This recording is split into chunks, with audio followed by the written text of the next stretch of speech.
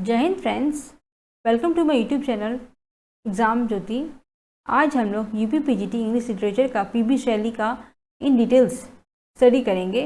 उनका जन्म हुआ था 1792 में और 1822 में उनकी मृत्यु हुई थी। ठीक है, इन डिटेल्स आज के वीडियो में हम शैली जी के बारे में डिस्कस करेंगे। ठीक है, बट बिफोर दैट अगर आपने हमारे चैनल को सब्सक्राइब नहीं किया है देन सब्सक्राइब करें, लाइक शेयर कमेंट्स करना ना भूलें। ओके, तो लेट्स स्टार्ट द वीडियो।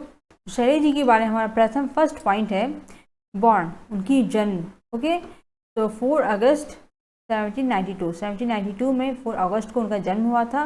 कहाँ पर हुआ था? हॉर्शैम, सिसेक्स, इंग्लैंड में हुआ था। ठीक है, नेक्स्ट उनकी मृत्यु कब हुई थी? 8 जुलाई 1822 में उनकी मृत्यु हुई थी और बहुत कम एज में मर गए थे, 29 एज में ही मर गए थे। ठीक है, gulf of La Spezia, kingdom of Sardinia, जो कि आज इटाली कहा जाता है, इस जगह में उनकी मृत्यु हुई थी। ठीक है, नेक्स्ट ऑक्यूपेशन, उन्होंने क्या क्या किया, क्या क्या उन्होंने लिखा था?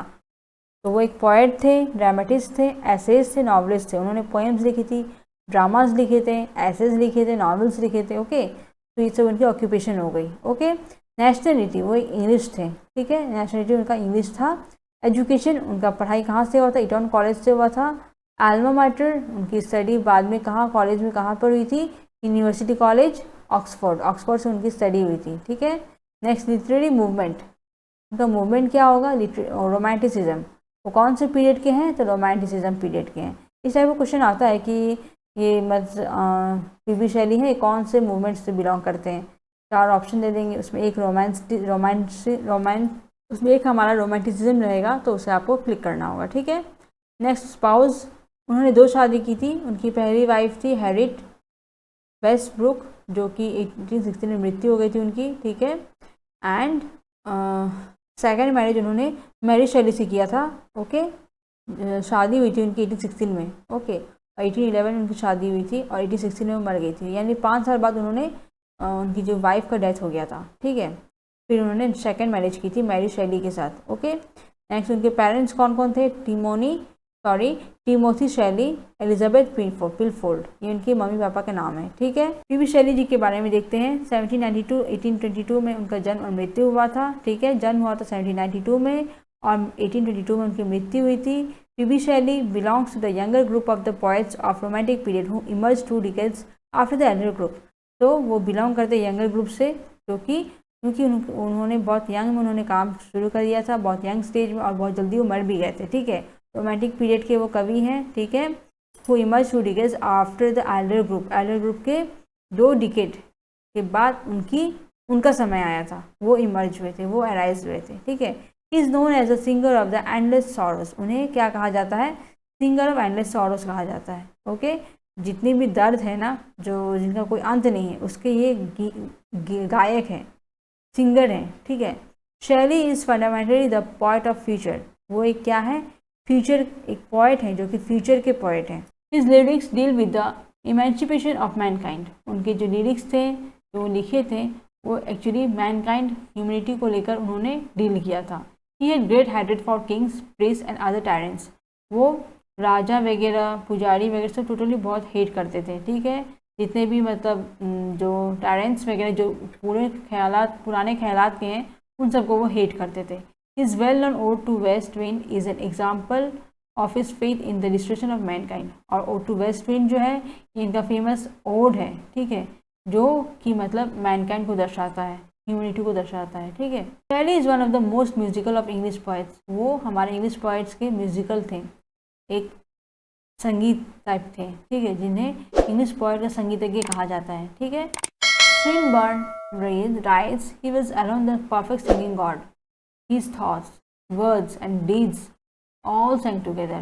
तो स्विनबर्न जी ने क्या कहा है उनके बारे में कि एक मतलब गाना गाते हुए भगवान जी थे। ठीक है, जो उनका आवाज़, उनकी सोच, उनकी वर्डिंग्स, उनके मतलब कर्म, एवरीथिंग जो भी है सब गाना गाते हैं, एक साथ गाते हैं। ठीक है, इसीलिए उन्हें सिंगर भी कहा गया है। Okay, singer of endless sorrows. ठीक है, he excels a lyric as a flower excels fragrance, वो एक लिरिक्स निकालते थे। लिरिक यानी आवाज़, जो गाना, जो मतलब उनका सेंटेंस लिखते थे वो, जैसे कि फ्लावर्स लोग जो है ना सेंट निकालते हैं ना, परफ्यूम, जब एक फूल से सुगंध निकलती है ना, वैसे उनके यहाँ से एक लिरिक निकलती थी, ठीक है, एक गाना निकलता था उनके लेखन में से, ठीक है।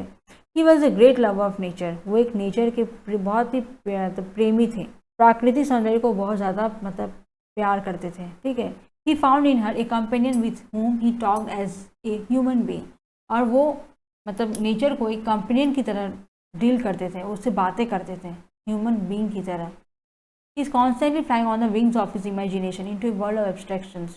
एब्स्ट्रैक्ट दुनिया में जिसे नहीं देख सकते, उस दुनिया में वो उड़ते रहते थे, ठीक है।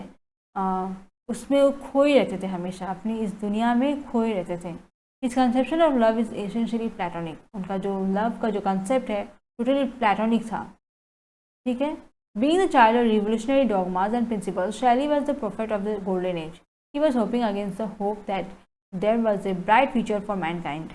So, being a child of revolutionary dogmas and principles, जो बच्चों के जितने रिवोल्यूशनरी चेंजिंग वाले प्रिंसिपल जो उन्होंने लाए थे, he was the profit of the golden age, उन्हें गोल्डन एज का प्रॉफिट कहा जाता है। प्रॉफिट मीन्स मेन जो आइडियल टीचर होता है ना, उससे प्रॉफिट कहते हैं हम, ठीक है। भगवान का जो भी मतलब आपका धार्मिक बात हुआ, कुछ भी हुआ, तो गोल्डन एज के उन्हें प्रॉफिट के हिसाब से माना जाता है, ठीक है। He was hoping against the hope that there was a bright future for mankind, वो ह्यूमनिटी को लेकर उनको एक लगता था कि मतलब ब्राइट फ्यूचर होगा हमारे मैनकाइंड को लेकर, वो उनके अगेंस्ट आशा करते थे, ठीक है। उनको ऐसा आशा होता था कि हाँ मतलब आज जैसा भी है बट हाँ बाद में लेकिन सब सही हो जाएगा, ठीक है, इंसानों के बीच। The Shelley is a point of two distinct personalities. Firstly he is a wanderer seeking ideal beauty and forever unsatisfied. Secondly, he is the unbalanced reformer seeking the overthrow of present institutions and the establishment of universal happiness. So शैली जी जो है ये एक poet थे, कवि थे, दो distinct point के, ठीक है। क्या क्या, एक तो पर्सनालिटी, ठीक है, पर्सनालिटी को लेकर उनका एक पहला पॉइंट था जिसमें वो हमेशा खोए रहते थे, ठीक है। सुंदर एक मतलब ब्यूटी को दर्शाते थे, दर्शाने को सोचते थे, आइडियल ब्यूटी को लाना चाहते थे, ठीक है। फॉरएवर अनसेटिस्फाइड, हमेशा मतलब नाखुश रहते थे कि एट प्रेजेंट कैसा कंडीशन है, ठीक है, मैं इसे बदल दूंगा, इस टाइप का उनका सोच था, ठीक है। Secondly he is the unbalanced reformer, वो एक अनबैलेंस्ड रिफॉर्मर थे, वो एक टोटली चेंज लाना चाहते थे, ठीक है, जो कि मतलब अनबैलेंस मतलब बैलेंस नहीं था, लेकिन चाहते थे कि हाँ मैं चेंज कर दूंगा everything. Seeking the overthrow of present institution, जो भी एट प्रेजेंट जो स्कूल वगैरह चल रहा था ना, तो उसका कंडीशन इतना सही नहीं था, लेकिन वो चाहते थे कि बच्चों को एक अच्छी शिक्षा दे सके, अच्छा कंडीशन ला सके, ताकि बच्चे अच्छे से पढ़ सके, खुश रहें उस जगह पे। एस्टैब्लिशमेंट ऑफ यूनिवर्सल हैप्पीनेस, एक खुशी वाला माहौल ला सके वो, ठीक है, यही उनकी विश थी। Queen Mab is a revolutionary poem and the poet presents a world of his dreams free from tyranny of kings and barons. तो क्वीन मैब उनका एक लेखन है जो एक रिवोल्यूशनरी पोएम है, इसमें चेंजेस लाना चाहते थे, ठीक है। एंड पोएट प्रेजेंट्स, और कवि में यानी शैली जी ने उसमें क्या प्रेजेंट किया है, एक सपनों की दुनिया को उन्होंने दिखाया है, जो विश्व का जो सपना है उसे उन्हें दर्शाया है। Free from tyranny of Kings, जिसमें कोई राजा नहीं होगा जो अपने मतलब प्रजा पर, बच्चों पर कष्ट मतलब देगा, अपना हुक्म वगैरह चलाएगा, ऐसा कुछ नहीं रहेगा, ठीक है। तो फ्री फ्रॉम किंग्स उन्होंने एक पोएम लिखा था, ठीक है। एलिस्टर जो कि उनका दूसरा है, और the spirit of solitude is a kind of spiritual autobiography. Alastor or the spirit of solitude, ये जो है उनका एक ऑटोबायोग्राफी, स्पिरिचुअल ऑटोबायोग्राफी, ठीक है। In which the chief character is shadowy projection of Shelley's own moods travels to a wilderness in quest of ideal beauty. तो ये एक इनका स्पिरिचुअल ऑटोबायोग्राफी है, जो उनका अपना ही कहानी है, ठीक है, स्पिरिचुअल, जिसमें वो मतलब आध्यात्मिक बातें हैं जो उनकी अपनी ज़िंदगी के बारे में उन्होंने बताया है, ठीक है, जिसमें चीफ कैरेक्टर है क्या, वो खुद हैं, okay. Shadowy projection of Shelley's own moods, उनके खुद के दिमाग, वो क्या सोचते हैं, कहाँ घूमते हैं, क्या करते हैं, एवरीथिंग टोटली सुंदरता को लेकर, नेचर को लेकर वो टोटली उन्होंने दर्शाया है इसमें, ठीक है। दैट इज एलिस्टर में, और सॉलिट्यूड, स्पिरिट ऑफ सॉलिट्यूड में, ठीक है, जो कि एक स्पिरिचुअल ऑटोबायोग्राफी है, ओके। नेक्स्ट उनका है revolt of Islam. It shows the growth and progress of the individual mind aspiring after excellence and devoted to love. तो रिवोल्ट ऑफ इस्लाम जो है इसमें उन्होंने ग्रोथ दिखाया है, प्रोग्रेस दिखाया है, ठीक है, ऑफ द इंडिविजुअल माइंड, एक इंसान के दिमाग को एक स्तर से दूसरे स्तर में चेंज लाते हुए दिखाया है, बहुत ही डेवलपमेंट हुआ है इसमें, ठीक है। After excellence and devoted to love, जिसमें उन्होंने प्यार की तरफ उस दिमाग को दर्शाया है, बढ़ाया है। आज यहाँ पर है बट हाँ अब ये प्यार की तरफ जा रहा है, इनमें इंसानियत जाग रही है, एक दूसरे के प्रति प्रेम हो रहा है, ठीक है। वही उन्होंने अपने इस रिवॉल्ट ऑफ इस्लाम में दर्शाया है, ठीक है। The hero and the heroine Laon and Cynthia are the true fighters of freedom. इसमें उन्होंने एक हीरो और हीरोइन को दिखाया है जिसका नाम है loan and Cynthia. Loan hero है, सिंथिया हीरोइन है। ये दोनों ट्रू फाइटर्स है ऑफ फ्रीडम। ये लोग फ्रीडम चाहते हैं, आज़ादी चाहते हैं, और ये लोग उसके अगेंस्ट फाइट कर रहे हैं, ठीक है। The sensi is the tragedy of sombre battles, it's marked with deep intensity of passion and displays A tragic purpose. Sensi एक ट्रेजेडी है, ठीक है। ट्रेजेडी एक प्ले है जिसमें ट्रेजेडी ऑफ सॉम्बर पैथोस, जिसमें दर्द वगैरह उन्होंने दिखाया हुआ है। It is marked with deep intensity of passion, इसमें धैर्य के बारे में बहुत दिखाया है कि हाँ आप धैर्य रखिए, जितना भी दर्द आप फेस कर रहे हैं लेकिन आप धैर्य मत खोइए। इस तरह से उन्होंने एक ट्रेजिक पर्पस को दिखाया है इसमें, ठीक है। प्रोमेथेउस अनबाउंड, ये उनका एक लिरिकल ड्रामा है, फेमस लिरिकल ड्रामा है, ठीक है। प्रोमेथेउस अनबाउंड, इसमें उन्होंने क्या दर्शाया है, it dressed with the purest poetry singing the verses of exquisite. There is Prometheus is a champion of liberty and humanity. इसमें उन्होंने ह्यूमैनिटी के बारे में दिखाया है, ठीक है, इंसानियत के बारे में दिखाया है। तो उनका जो प्रोमेथेउस अनबाउंड है इसमें उन्होंने दिखाया कि इसमें कोई बाइंडिंग नहीं है, लिबर्टी ह्यूमैनिटी में कोई बाइंडिंग नहीं है, जितना हो सके इंसानियत को दिखाना चाहिए, इंसानियत होना चाहिए इंसानों के बीच में। इस तरह से उन्होंने एक लिरिकल ड्रामा प्रेजेंट किया था, it is Prometheus Unbound, okay. Next है हमारा एपिप्सी चिल्ड्रियन। एपिप्सी चिल्ड्रियन जो है it contains Shelley the mature of philosophy and high poet's own ideal of womanhood. ये वुमेनहुड को लेकर उन्होंने दर्शाया है, औरतों को लेकर, ठीक है। उन्होंने एपिप्सी चिल्ड्रियन लिखा है जिसमें उन्होंने औरतों के बारे में कहा है, उनकी फ़िलोसफ़ी के बारे में कहा है, उनकी जो मैच्योरिटी बहुत जल्दी हो जाती है, उन्हें बहुत कुछ क्या क्या वो सोचते हैं, औरतें क्या क्या सोचती है, क्या क्या उनके लिए आइडियल रहता है, एवरीथिंग उन्होंने इसमें दर्शाया है, दैट इज एपिप्सी चिल्ड्रियन में, ठीक है। नेक्स्ट है he sings out in ethereal out in tones the praise of heavenly beauty.